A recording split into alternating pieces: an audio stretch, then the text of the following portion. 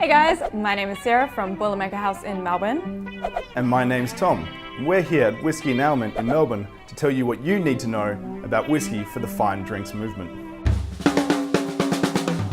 When I started bartending, I was a bit intimidated about whiskey, just because there are so many different types and styles.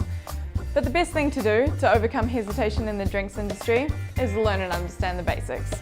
That's what FDM is for, right? That's right. Whiskey can be a little daunting, but we can make it easier to understand by turning our focus on Scotch whisky and our very own Australian whisky. That sounds like a great idea. So what we need to do is break down the info into some simple parts. We can use Scotch whisky as our main focus. So let's start with the definitions of what a Scotch is first. Great. Then we'll look at some info on history and production so you get to understand more about this amazing spirit. Let's outline the basics of Scotch whisky before we go more into the rules and regulations. First up, Scotch whisky must be produced in Scotland and is made from water and malted barley. And other styles of whisky, like blended Scotch, can only use whole grains and other cereals.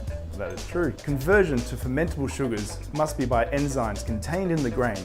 Fermentation must be by the addition of yeast only. Scotch whisky must be distilled to a strength of not more than 94.8 ABV. It must undergo a maturation period of not less than 3 years in an excise warehouse in Scotland. And this aging is done all in oak casks of no more than 700 litres capacity. Scotch must retain the colour, aroma and taste from the raw materials. The strict process means no substances other than water and spirit or caramel have been added. Okay, so that's the definition of Scotch whisky. But what about the styles like single malts and blended whiskies? Let's explain the differences.